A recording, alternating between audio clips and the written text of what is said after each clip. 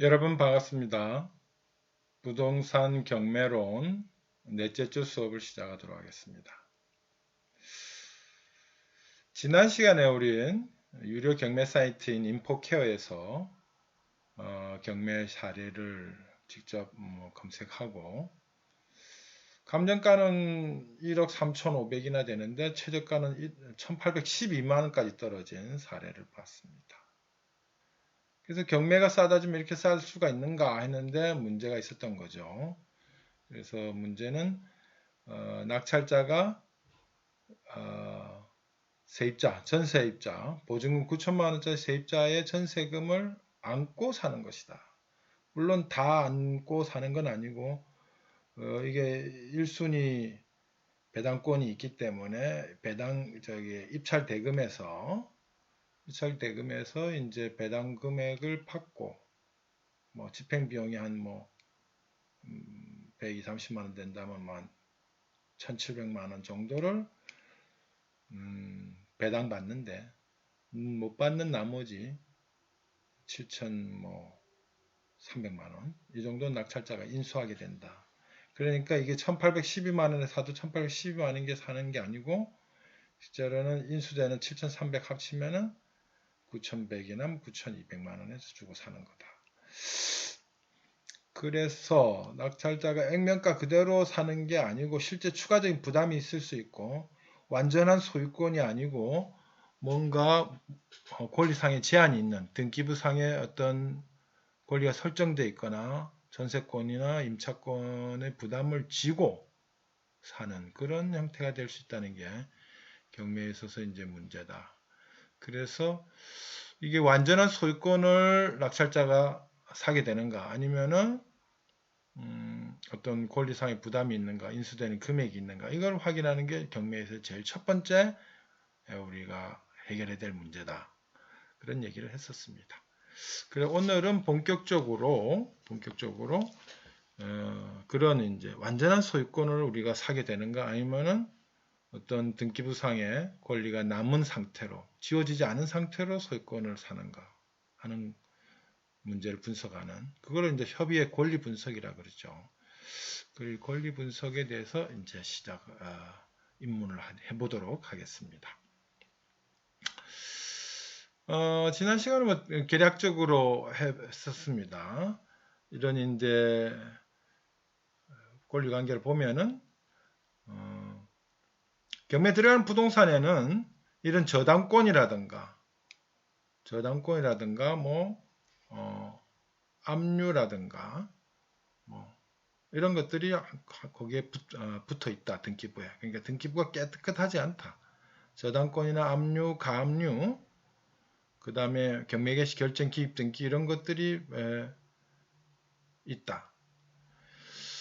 그래서 경매가 되고 낙찰자가 낙찰을 받으면 이 등기부상에 있는 것들은 어떻게 되겠는가 하는 것이 이제 첫 번째 문제입니다. 등기부상의 권리는 낙찰자가 낙찰받으면 싹 지워지는가 아니면 남는 게 있는가가 첫 번째 문제고 두 번째는 임차인이 여기 있습니다. 임차인은 등기부상 권리는 아니지만은 주택임대차보호법이 임차권을 거의 물권적으로 보호를 해주고 있기 때문에 사실상 등기된 권리와 다를 바가 없습니다. 그래서 이것도 일종의 등기된 권리와 같이 취급해야 되는데 그럴 때 이 임차권이 이 경매로 소멸하는가 아니면은 등기부에 없는 사실상이 등기된 권리와 유사한 권리가 그대로 남아있는가 이제 그것들을 분석하는 게 가장 기본이 됩니다. 분석 방법은 의외로 간단합니다. 여기서는 이제 이 저당권이 이 경매를 시작하게 된 계기가 되는 거죠. 계기는 이제 강은호라는 이 이제 임차인이 경매를 넣은 거니까 여기서는 저당권이 시작은 아닙니다. 보통은 이제 금융기관에서 경매를 넣은 경우는 이런 저당권이 이제 경매가 시작되는 계기가 되는 거죠. 그래서 이 저당권에 기한 걸 임의경매라고 그러고, 그 다음에 일반 채권에 기한 것을 강제경매라고 그러는데, 이 케이스는 이제 강제경매입니다. 하여간, 강제경매든 임의경매든, 경매는 돈 받을 거에 있는 사람이 채무자가 돈을 자발적으로 주지 않으니까 강제로 채무자 또는 제3자가 제공한 담보부동산을 법원의 강제 매각 절차에서 매각해서 현금화해서 환가해서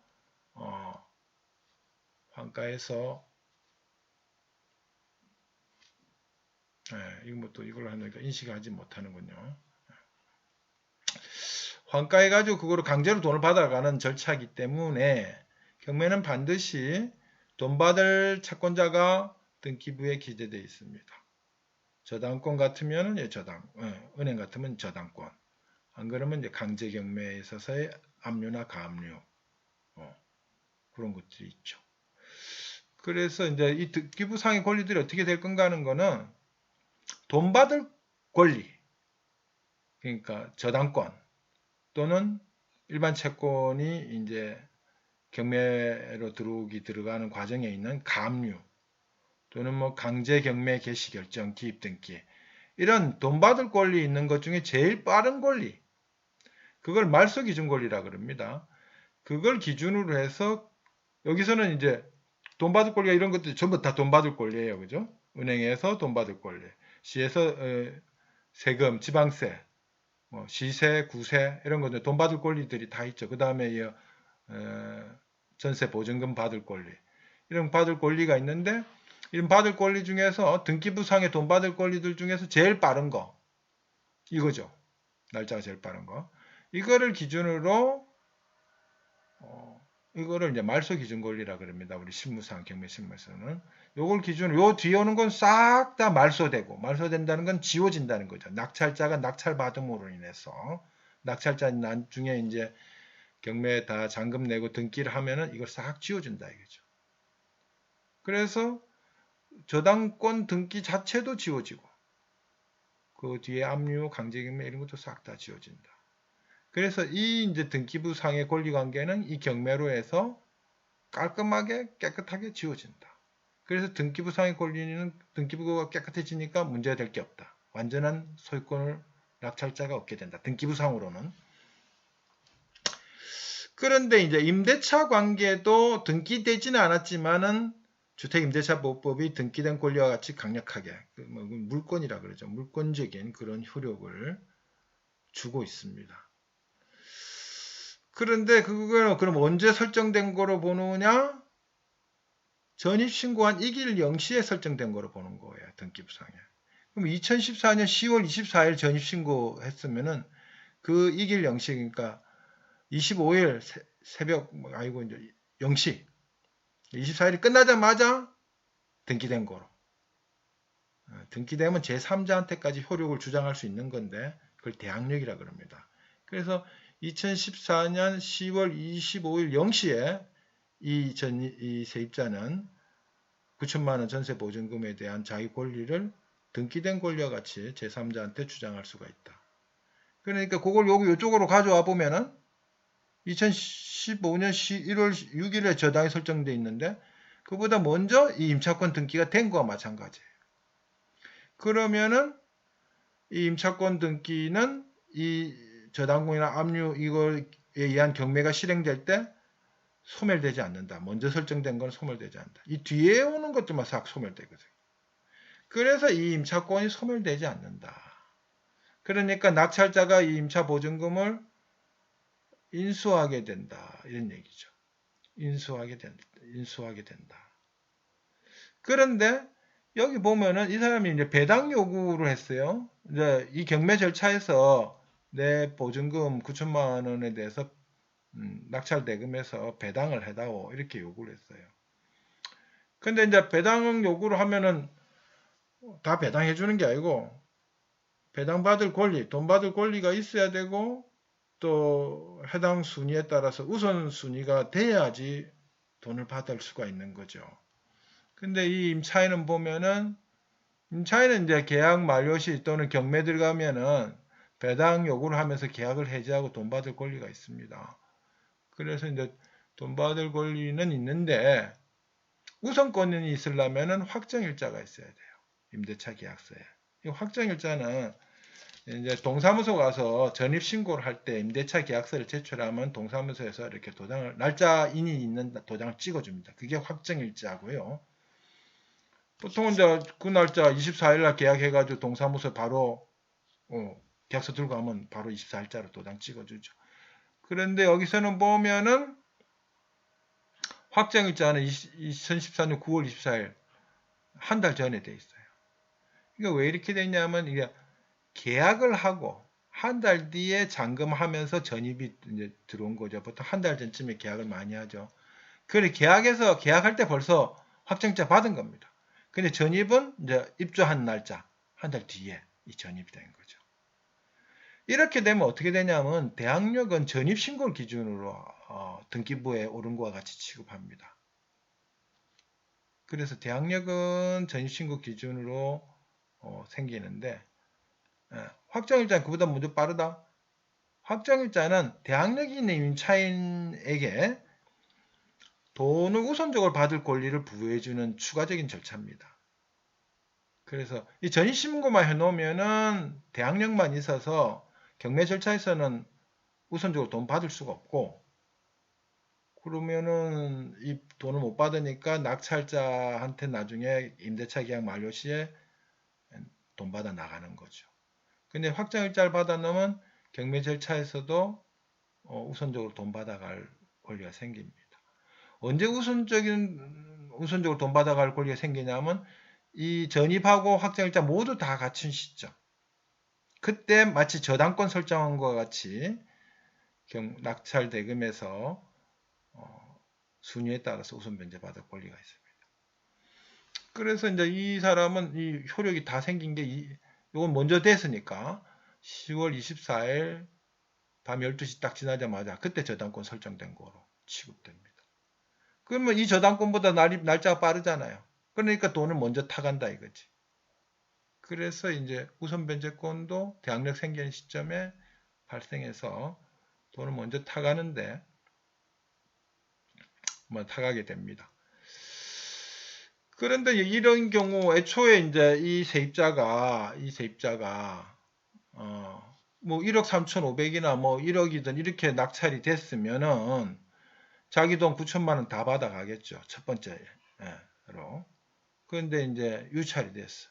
그래가지고 이제 9천만 원 밑으로 유찰이 돼가지고 지금 1,800만 이렇게 됐을 때는 뭐 2천만 원 낙찰돼 봐야 돈 타갈 게 별로 없죠.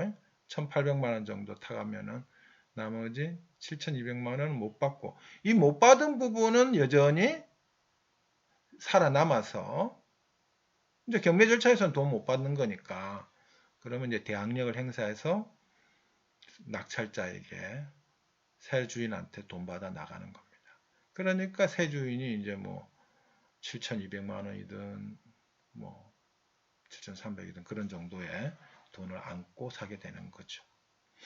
이게 이제 권리 분석의 이제 기본 구조입니다. 그러면 여기서 우리가 이제 여기 뭐 자동 권리 분석 이런 항목이 있는데, 이거는 이제 기계적으로 한 거라서 우리는 참고는 하는데 정확하다고 장담 못 합니다. 그래서 이런 거 있다고 해서 우리가 권리 분석을 공부 안 하고 입찰 볼 수는 없어요. 왜냐하면 억대의 돈을 들어가는데 맞기는 8, 90% 맞는데 10, 20% 틀릴 수 있으면은 돈 투입하지 못하죠. 그래서 자기가 권리 분석을 다 할 줄 알아야 된다, 이런 얘기입니다. 그래서 여기 권리 분석하는 걸 보면은 제일 먼저 말소 기준 권리가 나오죠. 말소 기준 권리. 그래서 이 말소 기준 권리를 찾는 게 경매 권리 분석에서 가장 기본이다. 말소 기준 권리는 저당권이나 압류, 가압류 이런 것 중에서 제일 빠른 권리다. 그러니까 여기서는 백산농협 영농조합법인의 이 저당권, 이게 이제 말소 기준 권리다 이거죠. 그러니까 그리고 인수되는 권리, 등기부상에는 이 저당권은 경매로 당연히 돈 받고 먼저 1번으로 돈 받고 소멸하고 그 뒤에 것도 싹 지워지니까 등기부상은 문제가 없는데, 임차인은 전입이 말소 기준 권리보다 빨라서 계약력이 있어서 소멸되지 않고 인수된다. 그걸 선순위 전입이라고 해요. 선순위라는 건 뭐에 대해서 선순위냐? 말소 기준 권리보다 선순위라는 겁니다. 말소 기준 권리보다 선순위가 되면은 일단은 경매로 소멸되지 않는 게 원칙이다. 소멸되려면 어떻게 되냐? 배당 요구를 해서 돈 다 받으면은, 그러니까 이게 보증금 이게 이제 낙찰이 1억에 돼가지고 9천만 원이니까 자기가 1순위로 돈 다 받으면은 소멸해야지. 돈 다 받고 또 권리 주장하면 안 되잖아요. 그래서 선순위는 원칙적으로 인수되는 권리이지만은 배당 절차에서 돈을 받으면 그만큼은 소멸한다. 그래서 이 선순위 임차인이 인수 위험이 있는 권리인데, 인수되는 금액은 배당을 해봐서, 여기 배당 이제 1,800만 원 정도에 낙찰되면은 뭐 1,850만 원이든 그렇게 하면 150만 원 정도 이 경매 비용이 제일 먼저 배당돼요. 이 경매하는데 들어간 비용을 먼저 빼고 그 다음에 우선순위로 배당하는데 이 임차인이 우선순위로 배당이 되니까, 그래서 한 1,700만 원 정도 배당이 된다면은 그죠? 나머지 이제 7,300만 원, 그렇죠? 9천만 원에서 1,700 빼면 7,300만 원이 인수 여지가 있다 이거죠. 인수 금액은 낙찰자 인수할 금액은 7,300 뭐 얼마다. 요거 뭐 7,427만 3천 이거 이제 얼마에 낙찰될지 모르는 건데, 이게 뭐 최저가 아까 이제 1,812만 원이죠. 거기에 낙찰됐다 할 때 이렇게 이제 추정된다는 거죠. 그래서 주의사항, 선순위 전자는 인수 배당 관계에 밀접한 권리 관련이 있으니 반드시 입찰 당일에 경매 물건 목록을 확인하여 배당 신청 여부, 청구액을 확인하시기 바랍니다. 이거는 뭐냐면은 지금은 배당 요구를 했지만 배당 요구를 처리할 수가 있습니다. 배당 요구를 처리하게 돼버리면은 이 사람이 배당을 안 받게 되고, 배당을 안 받게 되면 9천만 원 전부 다 낙찰자가 인수해야 되는 거죠. 그래서 배당 신청 여부를 최종 확인해 봐라, 그런 얘기죠.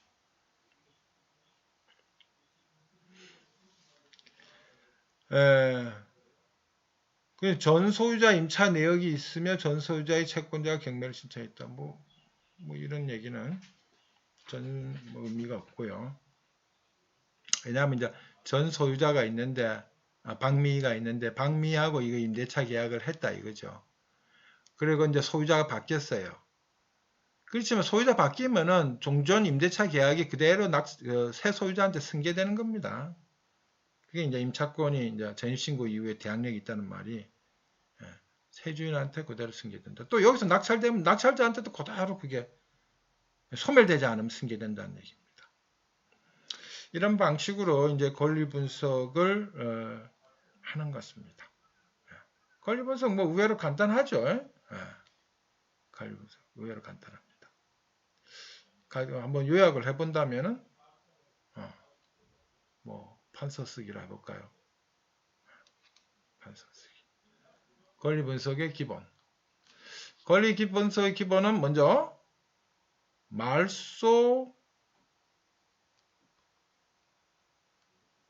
기준 권리를 찾는다. 말소 기준 권리를 찾는다. 말소 기준 권리. 이게 속도 너무 느립니다. 말소 기준 권리를 찾는다. 말소 기준 권리는 뭐냐?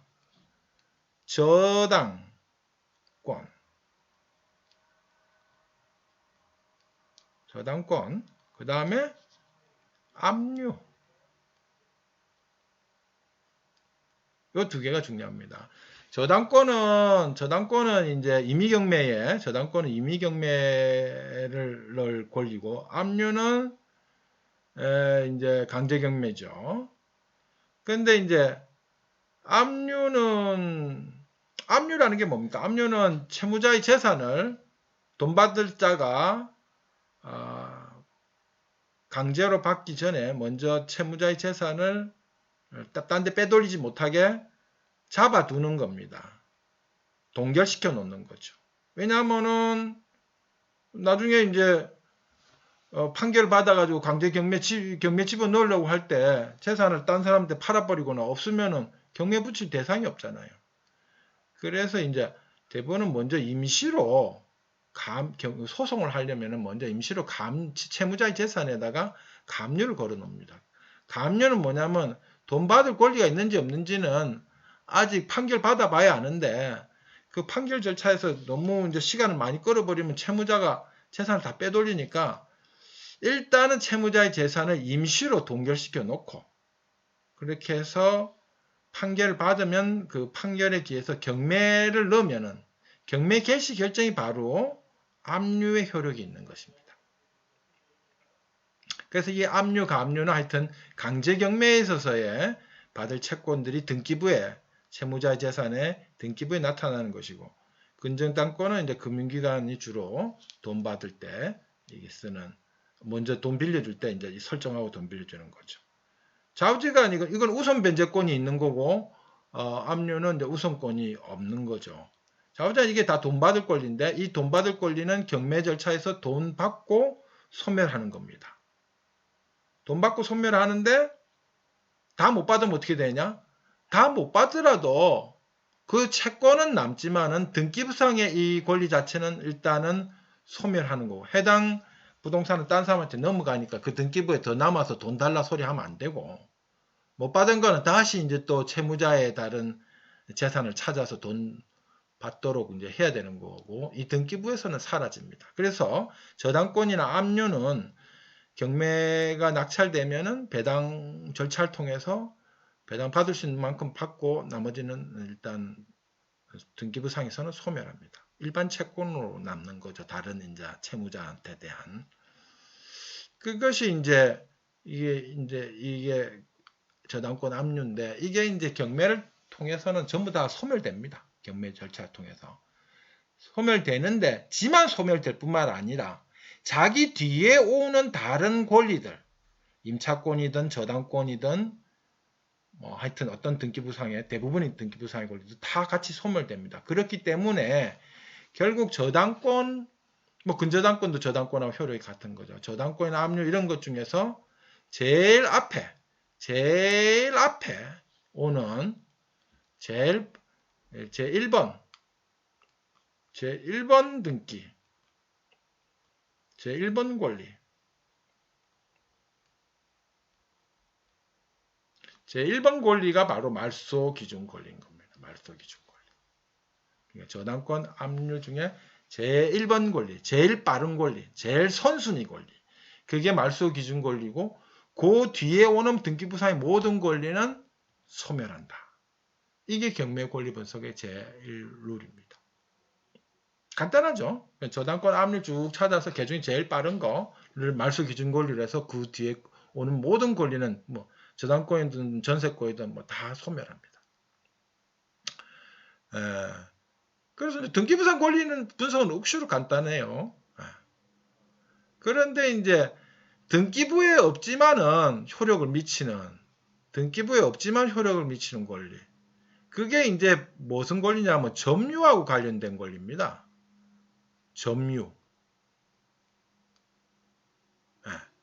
우리 이제 그중 점유에 관련된 권리가 임차권이 있고 또 뭐가 있냐면은 유치권이 있어요. 유치권.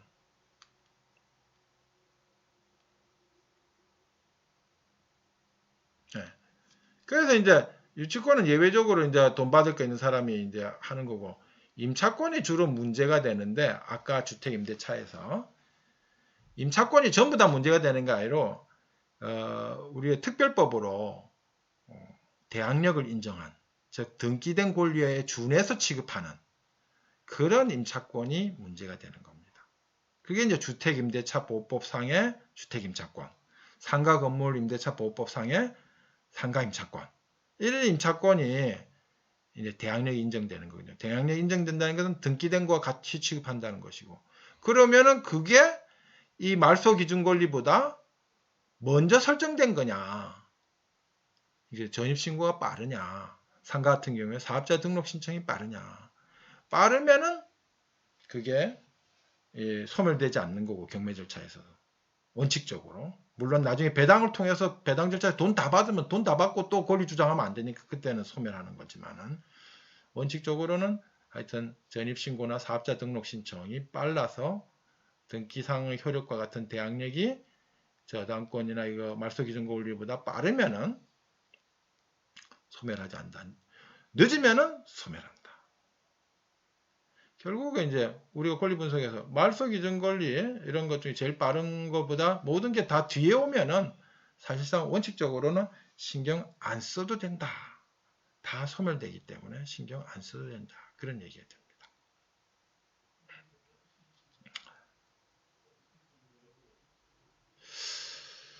예. 그런 이제 관점에서 이제 보면 되는 거고요. 예.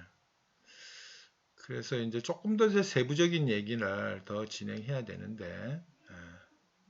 그런 부분들은 다음 시간에 하도록 하고, 우리는 여기서 최초로 하여튼 권리 분석을 하려면은 이게 완전한 소유권을 넘겨받느냐, 아니면 등기부상에 무슨 지저분한 등기가 남아서 또는 어떤 세입자 부담을 안고 사느냐, 그런 지저분한 권리상의 제한이라든가 세입자의 부담을 안게 되면은 싸도 싼 게 아니니까 완전한 소유권이냐 어떤 부담이 있는 권리 있느냐를 먼저 분석을 해야 되는데, 그게 권리 분석이고, 권리 분석은 먼저 등기부상에 저당이나 압류, 가압류 이런 것 중에 제일 빠른 거, 여기서는 백산농협의 영농조합법인의 저당권, 이게 이제 말소 기준 권리가 되고, 그거를 기준으로 뒤에 오는 건 싹 다 지워지고 그 저당권도 경매로 소멸된다. 그래서 등기부상은 이게 아무 문제가 없다. 그런데 이 임차권이 문제가 되는데, 임차권은 전입신고 기준으로 등기된 그 1일 0시에 등기된 거로 대항력을 갚는 거로 주택임대차법 인정하기 때문에 이게 저당 설정 일정보다 빠르니까, 그러면 이거는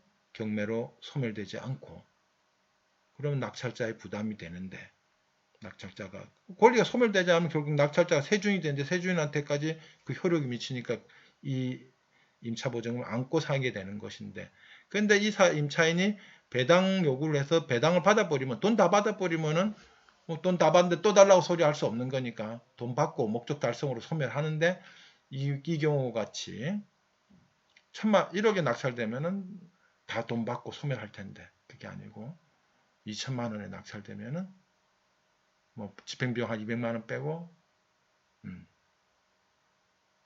1,800만 원 정도 낙찰자가 배당되고, 나머지 9천만 원 중에 1,800 빼면은 7,200만 원이 결국 낙찰자가 못 받게 세입자가 못 받게 되니까 그게 살아남아서 낙찰자한테 인수된다. 그래서 낙찰자는 7,200만 원 추가로 부담이 깔려 있는 물건이다. 이 경우는 이런 권리 분석을 우리가 할 수 있어야 되겠다. 이런 얘기입니다. 다음 시간에 10분 뒤에 다시 하도록 하겠습니다.